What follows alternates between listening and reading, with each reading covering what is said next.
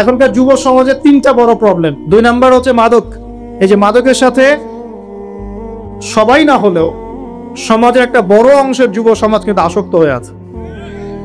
3 number হচ্ছে free mixing, মানে নারী পুরুষের অবাধ মেলামেশা। এই সমস্যাগুলো যুব সমাজ লাস্টে গ্রাস করে খাচ্ছে। এরপরে আরো কিছু প্রবলেম আছে, যেমন বেকারত্ব, হতাশা, জীবনের উদ্দেশ্য থেকে বিচ্যুত হয়ে যাওয়া, পারিবারিক চাপ, মিউজিক, তারপরে খারাপ বন্ধুদের পাল্লায় পড়া, সঙ্গদোষ, কিশোর গ্যাং, এরকম কিছু প্রবলেমস আছে। তবে যুবকদের সমস্ত প্রবলেমস সলভ করার জন্য আপনারা অনেক ট্র্যাক দেখাতে পারেন। আমি আমার জায়গা থেকে মাত্র 2টা সলিউশন দিব। কয়টা ভাই?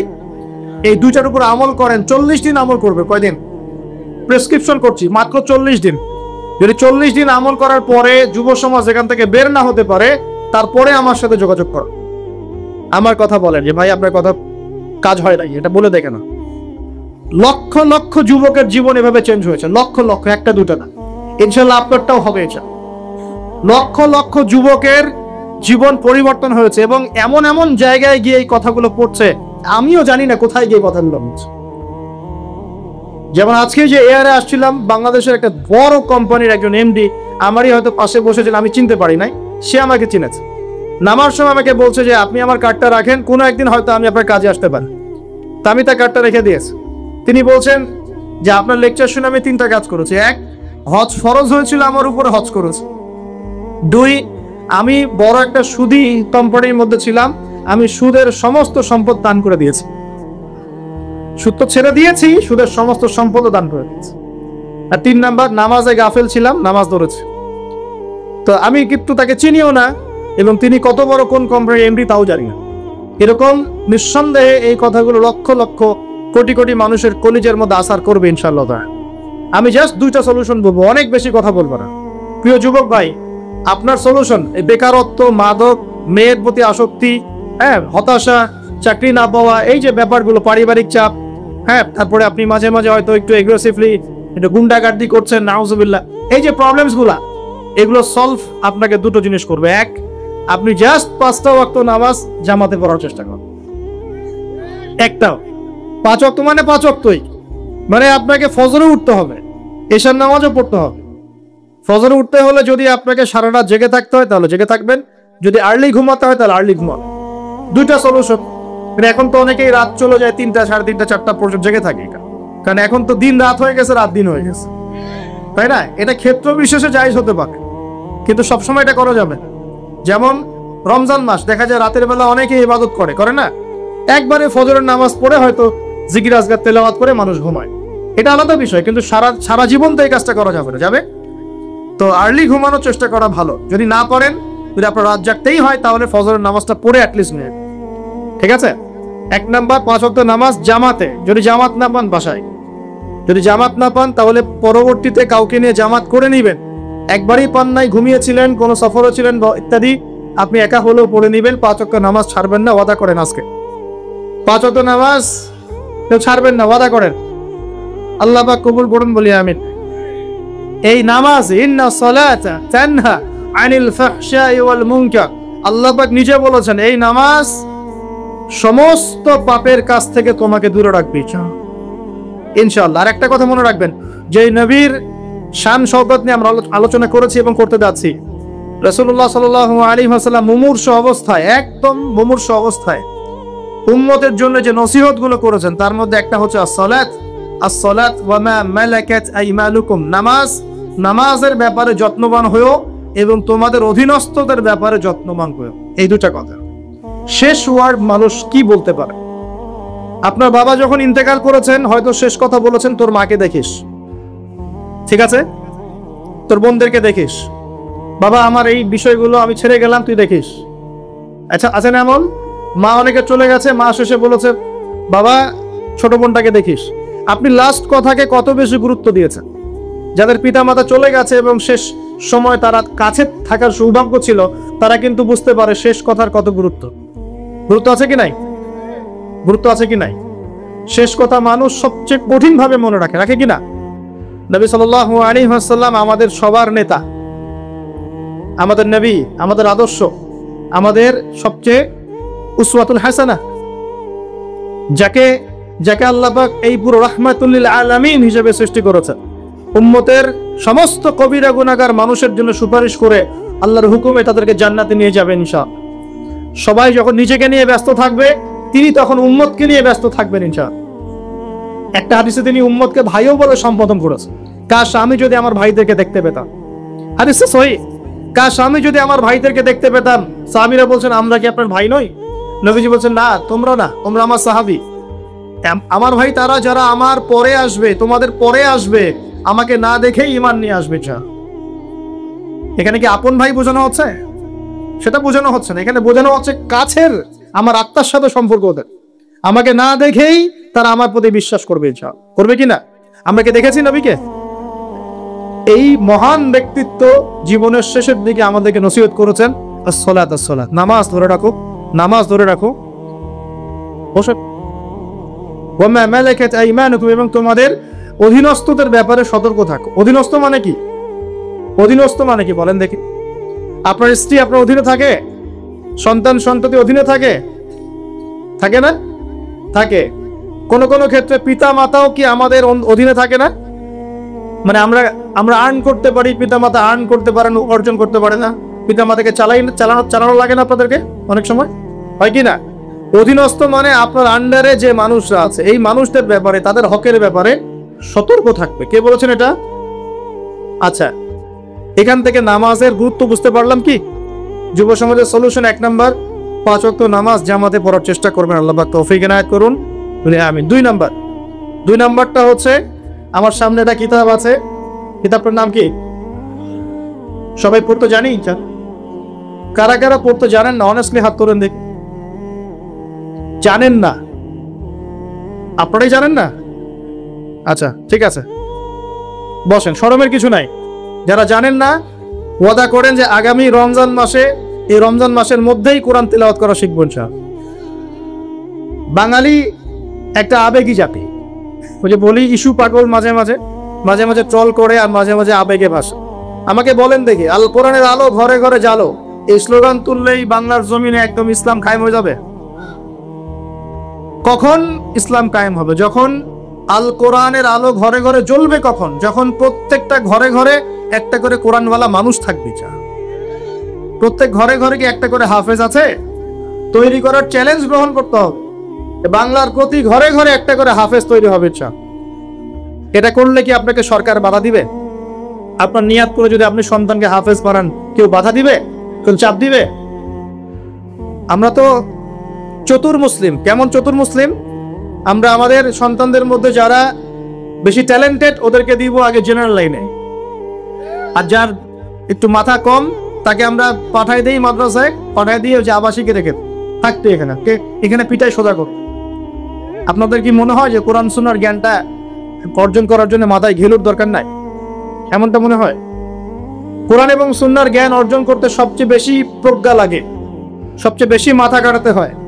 সবচেয়ে ট্যালেন্টেড ছেলেটাকে দেয়া লাগতো কোরআন। আমরা উল্টা চলি। এই কারণে দেখা যায় যে কোরআন সুন্নাহ হাতে নিয়েও আমরা এখন ওয়ার্ল্ড অ্যাফেয়ার্সকে ডিল করতে পারছি না, আমরা ওয়ার্ল্ডকে চ্যালেঞ্জ করতে পারছি না। কেন? আল্লাহ রাব্বুল আলামিন আমাদের সবাইকে কোরআন শেখার তৌফিক দান করুন। আল কোরআনের আলো ঘরে ঘরে জ্বলবে তখনই যখন ইনশাআল্লাহ তাআলা আপনাদের প্রত্যেকের ঘরে একটা করে কোরআনওয়ালা মানুষ তৈরি হবে। ইনশাআল্লাহ পারা যাবে তো ইনশাআল্লাহ? নাকি কোরআন সুন্নাহ খালি আলেম ওলামাদের চর্চা করেই হবে? আপনাদের পড়ারও দরকার নাই, জানারও দরকার নাই, বোঝারও দরকার নাই। এখন ব্যাপারটা কি এমন? কোরআন কি শুধু আল্লাহ পাক আলেমদের জন্য পাঠিয়েছে, নাকি শুধু মুসলিমদের জন্য পাঠিয়েছে, না পুরো মানব জাতির জন্য? পুরো মানব জাতির জন্য আল্লাহ কোরআন পাঠিয়েছে। ওয়াদা করা যাবে ইনশাআল্লাহ যুব সমাজ? ইনশাআল্লাহ আমরা কোরআন তেলাওয়াত তো শিখবই, অর্থ বুঝবো ইনশাআল্লাহ। রাজি আছি ইনশাআল্লাহ? এই রমজান মাসে আল কোরআন 1 খতম দিবেন ইনশাআল্লাহ। প্রত্যেকদিন 1 পারা করে তেলাওয়াত করার চেষ্টা করবেন, আল্লাহ তৌফিক দান। আর যারা আমরা তেলাওয়াত করতে পারি, আমরা চেষ্টা করব আলিফ লাম মিম থেকে একদম মিনাল জিন্নাতি ওয়ান নাস পর্যন্ত অর্থ সহ পড়ার জন্য। পারবো তো ইনশাআল্লাহ? আল্লাহ তৌফিক দান করুন। আমি যেটা বলছিলাম, আইয়ামে জাহিলিয়াতে এই প্রবলেমস গুলো ছিল, আপনাকে আমি আস্তে আস্তে এখন মেরাজের দিকে নিয়ে যাচ্ছি। আইয়ামে জাহিলিয়াতে প্রবলেমস কি বললাম? 1 নাম্বার কি ছিল ভাই? শিরকের পাপ। 2 নাম্বার বলেন আমার সাথে, রিবা মানে সুদ। 3 নাম্বার মাদক, যেটা আমাদের সমাজে আছে কি নাই? 4 নাম্বার হচ্ছে মেয়েদের অবমাননা, মেয়ে নারী জাতিকে সেখানে খুব একটা মূল্যায়ন করা হতো না। আপনাদের কি মনে হয় এখন খুব মূল্যায়ন করা হয়? হ্যাঁ, এখন খুব মূল্যায়ন করা হয় না? এখন মূল্যায়ন করা হয় ঠিকই, কিন্তু তাদের দেহটাকে কিসে মূল্যায়ন করা হয়? এই দেহটাকেই মূল্যায়ন করা হয়, তাদের ডিগনিটি, তাদের সম্মানকে মূল্যায়ন করা হচ্ছে না। আমরা কত বড় ভণ্ড দেখবেন, নারী অধিকারের কথা বলি কিন্তু এগুলোকে বন্ধ করি না। আমরা যদি সত্যি তাদেরকে ভালোবেসে থাকি, তারা যদি আমাদের সমাজের অংশ হয়, আমাদেরই কারো মা, কারো বোন, কারো আত্মীয় হয়ে থাকে, তাহলে আমরা কি আমাদের অর্থ দিয়ে তাদেরকে কর্মসংস্থানের ব্যবস্থা করে দিতে পারতাম না? কয়জন এই কাজটা করেছে? কয়জন এই কাজটা করেছে বা করার হিম্মত দেখাচ্ছে? ওদেরকে রেখেও দিবে, তাদেরকে ভোগও করবে, করে আবার ওদের অধিকারের আন্দোলনও করবে। কত বড় ভণ্ড জাতি চিন্তা করবে। আমরা একটু নিয়াত করতে পারি তো, আমরা আমাদের অর্থ সংকট থেকে আমরা প্রয়োজনে আমাদের পলিটিক্যাল পাওয়ার কাজে লাগিয়ে, আমাদের এখানে যারা অনেস্ট মেম্বার, চেয়ারম্যান, এমপি সাহেব থাকবেন, তাদের পলিটিক্যাল পাওয়ারটাকে কাজে লাগিয়ে আমরা আমাদের এলাকাগুলোর মধ্যে সমস্ত অনৈতিক কাজগুলো বন্ধ করে দিব এবং ওইকে আমরা ভালো কোনো কর্মসংস্থানের ব্যবস্থা করে দিব। দেখবেন কোনোদিনও শেষের চাই এই পথে পা বাড়াবেন। এটা কোনো মেয়ের কি এই কাজ করতে ভালো লাগে আপনার মনে হয়?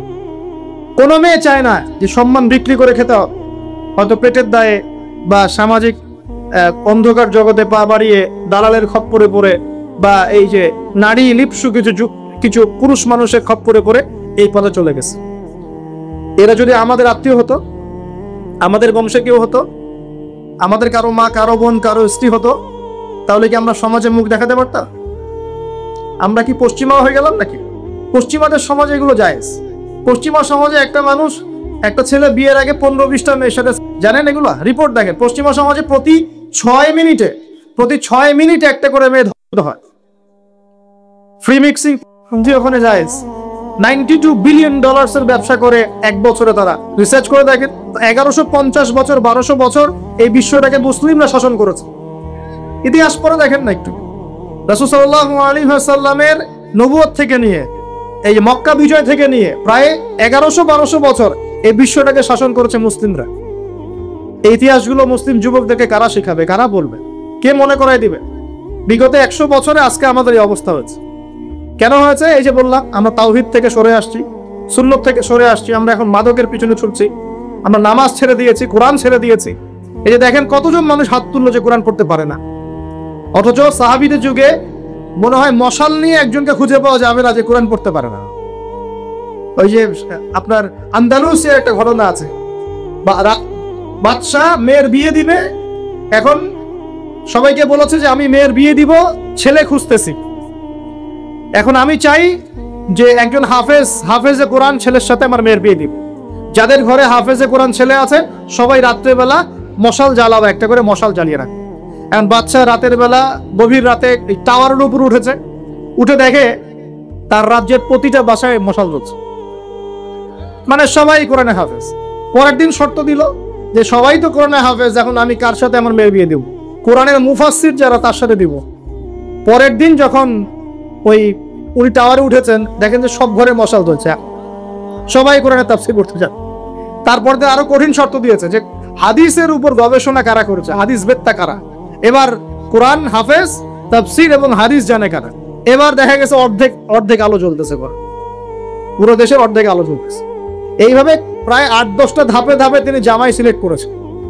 জামাই পেতে এত কষ্ট, সবাই ভালো মানুষ, এর মধ্যে ভালো কোথায় খুঁজে পেতে? দেখেন আমরা যে ইসলাম থেকে সরে আসছি, এই কারণে আজকে বিগত 100 বছরে আমাদের এই অবস্থা হচ্ছে। আল্লাহ পাক আমাকে এবং আপনাদের সবাইকে 5 ওয়াক্ত নামাজি বানায় দেন, দোয়া করি। এই নবীর সুন্নতের পাবন বানিয়ে দেন, পরিপূর্ণ ইসলাম পালনের তৌফিক দান করেন এবং পরিস্থিতি বুঝে ইসলামকে নিয়ে মধ্যম পন্থা এগিয়ে যাওয়ার তৌফিক দান, এবং শৈথিল্যতাবাদীও হবেন না, চরম পন্থাও যাবে। এই দুটো পথই খারাপ।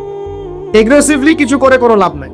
আর আপোষে একটা কান্ট্রির মধ্যে, রাষ্ট্রের মধ্যে আপোষে মারামারি কাটাকাটি করে কোনো ফায়দা, বরং উম্মার ঐক্যটা নষ্ট হয়ে যাবে। বরং সবার জন্য শুভ কামনা রাখবেন, সবার জন্য দোয়া করবেন। কারো যদি ভুল হয় সেটাকে গঠনমূলকভাবে মন থেকে মহব্বত নিয়ে ধরায় দেওয়ার চেষ্টা করুন। আল্লাহ রাব্বুল আলামিন আমাদের সবার মধ্যে ঐক্য দান করুন বলি আমিন।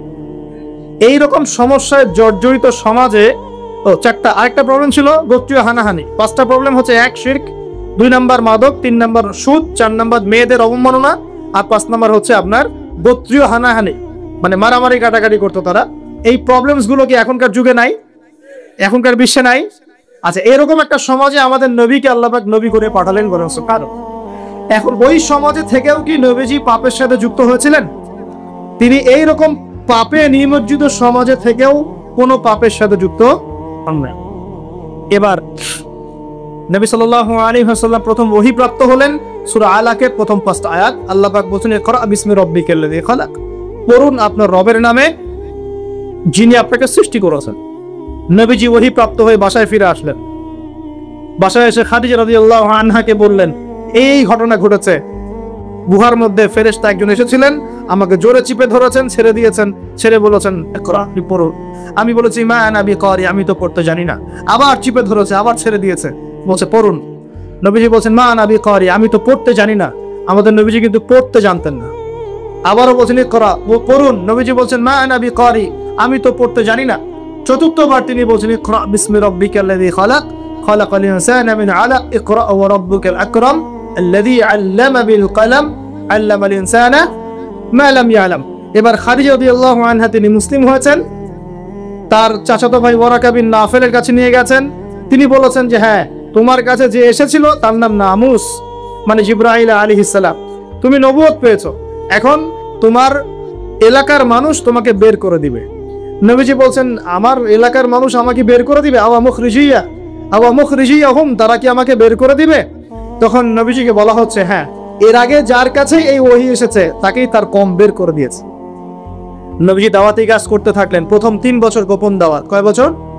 প্রথম 3 বছর গোপনে দাওয়াত। এই 3 বছরে তৈরি হয়েছে আবু বকর সিদ্দিক, আপনার উসমান বিন আফফান, আব্দুর রহমান বিন আউফ, তালহা বিন উবাইদুল্লাহ, জুবাইর বিন আওয়াম, হ্যাঁ, এই যে যায়েদ ইবনে হারেসা, বিলাল আল হাবাশি, এরকম সাহাবী, আব্দুল্লাহ বিন মাসউদ, জাফর ইবনে আবি তালেব, আলী ইবনে আবি তালেব, এমন প্রায় 40 থেকে 80 জন সাহাবী ইসলাম কবুল করেছেন, বলেন আলহামদুলিল্লাহ।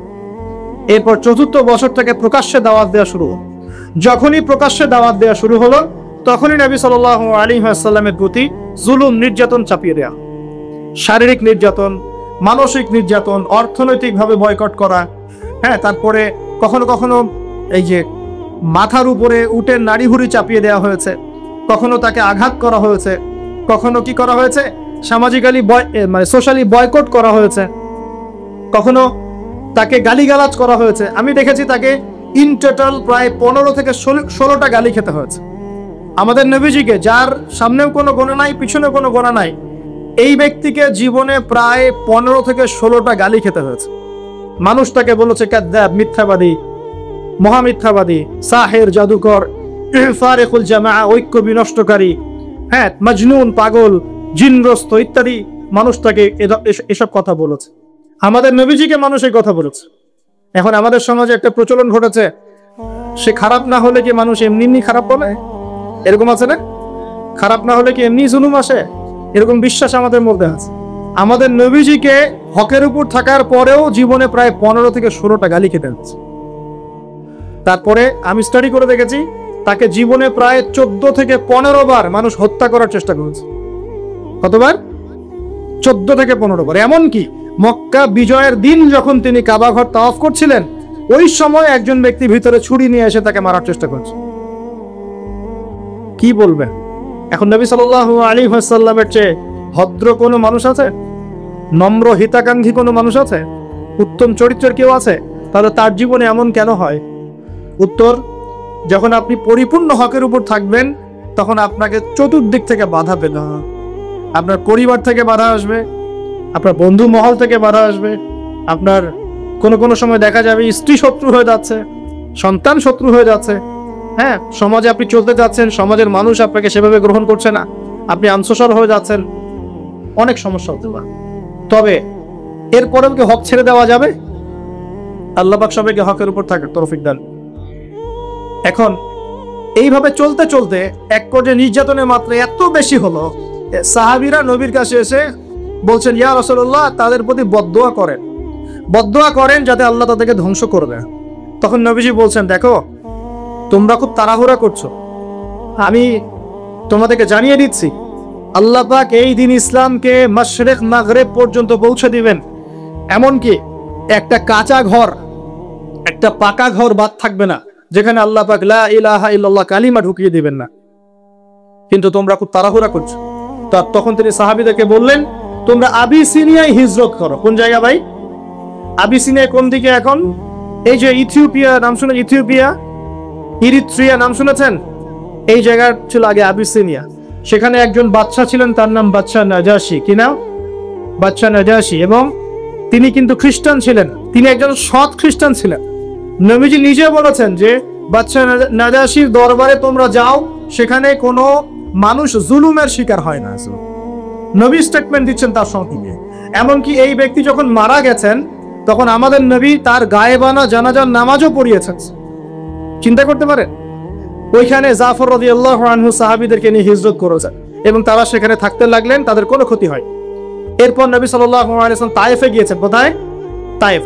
তায়েফে 3 জন বড় বড় গোত্র নেতা ছিল। কয়জন ভাই? এগুলো শিখে নেন ক্লাসের মতো। একজনের নাম ছিল আব্দে ইয়ালাইল। কি নাম? আব্দে ইয়ালাইল। একজনের আব্দে মাসউদ, আর একজনের নাম হচ্ছে হাবিব বিন আমর। এই 3 জন বড় বড় গোত্র নেতা ছিল। থাকে না কমিটির নেতা বড় বড়, এরকম 3টা নেতা। এরা যদি ইসলাম কবুল করতো, তাহলে তায়েফবাসী সবার সাপোর্ট নবীজি পেতেন, সবার সাপোর্ট নবীজি পেতেন। কিন্তু এই 3 জনের কেউ ইসলাম কবুল করে নাই, বরং তায়েফবাসীদের মধ্যে ছোট ছোট যুবকদেরকে লেলিয়ে দেওয়া হয়েছে নবীজিকে মারার জন্য। তারা নির্মম ভাবে আমাদের নবীকে আঘাত করেছে, পাথর দিয়ে আঘাত করেছে, এবং দাড়ি মাথা ফেটে এই দিক দিয়ে রক্ত পড়তে পড়তে পায়ের জুতা পর্যন্ত আটকে গিয়েছিল। আমাদের নবী ইসলাম এমনি এমনি আসে নাই। আমরা তো ফ্রি ফ্রি ইসলাম পেয়েছি, বুঝতে পারিনি ইসলাম কেমনে আসছে। কিন্তু বুঝতাম, সাহাবীরা তো দেখেছেন ইসলাম কিভাবে এসেছে, এই কারণে জীবন দিয়ে দিলেও ইসলাম থেকে সরতেন না। আমরা তো আসলে বুঝতে পারছি না ইসলাম কত কষ্ট করে এখানে আসছে। এবার নবী সাল্লাল্লাহু আলাইহি ওয়াসাল্লাম একটা আঙ্গুর বাগানে বসে একটা দোয়া করেছিলেন আল্লাহর কাছে। এটাকে মাজলুমের দোয়া বলা হয়। ওই সময় জিবরাইল আলাইহিস সালাম এবং পাহাড় পর্বতের ফেরেশতা এসেছিলেন, এসে বলেছিলেন, ইয়া রাসূলুল্লাহ, খালি একবার বলেন, তাহলে এই তায়েফবাসীকে 2 পাহাড়ের মাঝখানে ফেলে পিষে দিব। নবীজি বলছেন, বাল আরজু, বরং আমি আশা করি, বরং আমি এটা আশা করি, আইয়ুখরিজাল্লাহু মিন আসলাবিহিম কওমান, আল্লাহ পাক তাদের ঔরস থেকে এমন সম্প্রদায় নিয়ে আসুক, আল্লাযীনা ইয়াবুদুনাল্লাহ, যারা আল্লাহর ইবাদত করবে, ওয়ালা ইউশরিকুনা বিহি শাইআ, এবং তারা আল্লাহর সাথে কাউকে শরীক করবে না। আমাদের নবী বদদোয়া না করে উল্টা দোয়া করলেন। এই তায়েফে এখন আপনারা গিয়ে ঘুরে আসছেন না? অনেকে গেছেন হজ করতে, তোমরা করতে, ঘুরে আসছেন। ওই তায়েফ ছিল এই জায়গা। এই তায়েফবাসী প্রথমে ইসলাম কবুল করে নাই। এরপরে নবী সাল্লাল্লাহু আলাইহি ওয়াসাল্লাম কোন রকমে মক্কা এসেছেন। আসার পরে তার যে 2 জন আশ্রয়স্থল, কয়জন ভাই? একজন হচ্ছে চাচা আবু তলেব, নাম মনে আছে? সবাই নবীজির এগেইনস্টে চলে, আবু তলেব তাকে প্রোটেক্ট করেন। মনে করেন যে আমাদের এলাকায় একজন এমপি সাহেব আছেন বা মেম্বার বা চেয়ারম্যান সাহেব আছেন, যিনি সবাই ইসলামের বিরোধী হলেও তিনি ইসলামের পক্ষের মানুষ। তখন ইসলামপন্থীরা সুবিধা পাবে না? একটু হলেও সুবিধা পাবে কিনা? একটু সাপোর্ট পাবে কিনা? চাচা আবু তলেব ছিলেন এমন মানুষ। সমাজের সবাই রাসূল সাল্লাল্লাহু আলাইহি ওয়াসাল্লামকে ভালো মন্দ বলছে। আবু জেহেল, আবু লাহাব, উতবা, সায়বা, এরা সবাই ভালো মন্দ বলছে, খারাপ বলছে, এবং তার বিরুদ্ধে চক্রান্ত করছে। কিন্তু আবু তলেব তাকে সাহায্য করছে। এই আবু তলেব ইন্তেকাল করলেন, ইন্না লিল্লাহি ওয়া ইন্না ইলাইহি রাজিউন। ঠিক আবু তলেব ইন্তেকাল করার 3 দিন বা 7 দিনের মধ্যেই নবী সাল্লাল্লাহু আলাইহি ওয়াসাল্লাম প্রিয়তম স্ত্রী, ওই যে খাদিজা রাদিয়াল্লাহু আনহা, যিনি তার ভালোবাসা, যার প্রেম, যার মমতা, যার স্নেহ, সম্পদ সব দিয়ে নবী সাল্লাল্লাহু আলাইহি ওয়াসাল্লামকে সাপোর্ট দিয়েছেন, উনিও ইন্তেকাল করলেন, ইন্না লিল্লাহি ওয়া ইন্না ইলাইহি। মাত্র 3 দিন বা 7 দিনের ব্যবধানে। চিন্তা করেন তো সিচুয়েশনটা কেমন হতে পারে, কেমন লাগতে পারতো?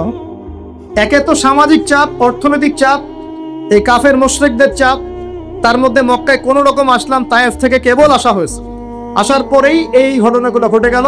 প্রিয়তম স্ত্রীও চলে গেলেন, আবু তালেবও চলে। আমাদের মতো কোন যুবক হলে তো আত্মহত্যা করে ফেল। এই যুব সমাজ 80 না পাইলে ম্যাথে আত্মহত্যা করো। তোমরা শিখো নবী সাল্লাল্লাহু আলাইহি ওয়াসাল্লামের মানসিক ক্ষমতা কত বেশি ছিল, তার মানসিক স্ট্রেংথ কত কত কত ডেপথ ছিল তার।